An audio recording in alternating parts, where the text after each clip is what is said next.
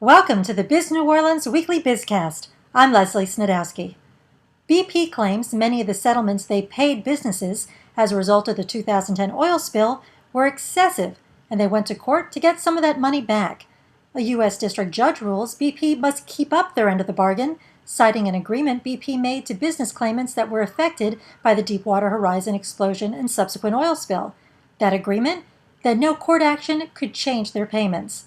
BP said a flawed formula is to blame for overinflated claims, and they deserve reimbursements. Federal Judge Carl Barbier changed the compensation formula going forward, but ruled that payoffs in the past will stand. BP says they will appeal the decision. Estimates show BP's liability for the oil spill could reach $50 billion. They generate more than $29.9 billion a year and employ more than 98,000 people.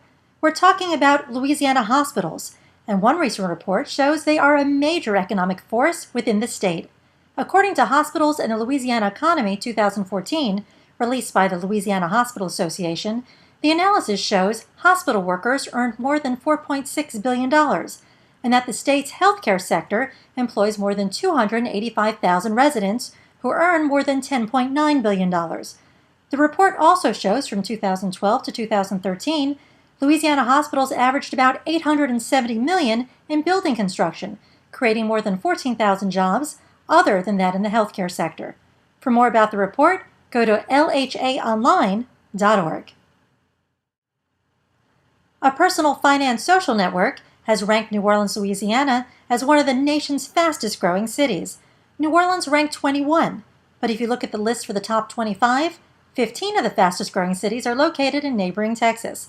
WalletHub looked at 516 U.S. cities of varying sizes across 10 key metrics ranging from population growth to unemployment from 2008 through 2013 to come up with their findings. For more information, go to wallethub.com. Some big dollars are going to boost the bottom line of multiple Louisiana parishes. Cameron Parish will benefit from an additional $6 billion investment by Chenair Energy. According to Chenair's website, the plan is to install liquefaction services at the Sabine Pass LNG receiving terminal.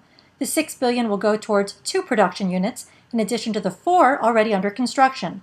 So far, the total investment stands at $18 billion. Chenair says they want to provide an additional outlet for U.S. natural gas production while offering a stable source of supply for global buyers.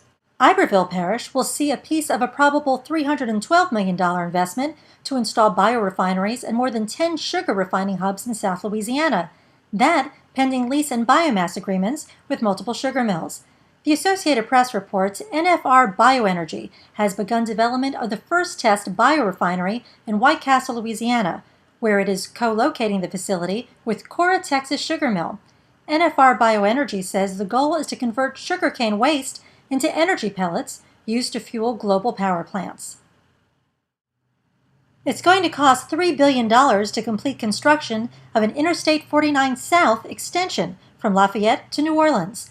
How will the state pay for it? Tolls, suggests one recent study, but it won't pave the way for the whole tab.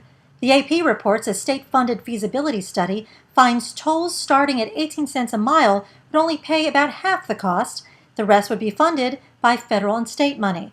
Driving along the new 145-mile stretch could result in paying one toll or paying in segments, supporting the cost of roadwork occurring in those specific segments. The St. Tammany Parish Hospital reaches a milestone. The first phase of its expansion is complete. According to the hospital's website, the $21 million project includes a new ambulance entrance and new emergency department and trauma room measuring more than 8,600 square feet. The planned expansion is the largest the Covington facility has seen in more than a decade. It will increase the number of emergency rooms, and in a later phase, more than 15,000 square feet of new construction will be added as a third-floor patient wing called 3 North. Don't miss St. Charles Avenue Magazine's Wine, Dine and Design on Thursday, October 2nd at the Audubon Tea Room at 6500 Magazine Street. Enjoy a patron reception and luncheon from 11:30 a.m. to 1:30 p.m.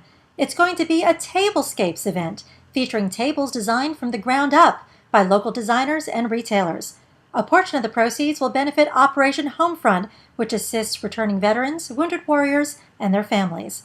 There are a limited amount of seats left, So go to the Events tab at myneworleans.com to reserve your tickets before the event sells out.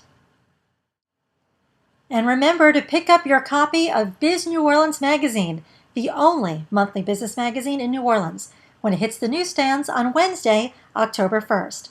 As always, if you have a business story you'd like to send us, email it to me at leslie@bizneworleans.com.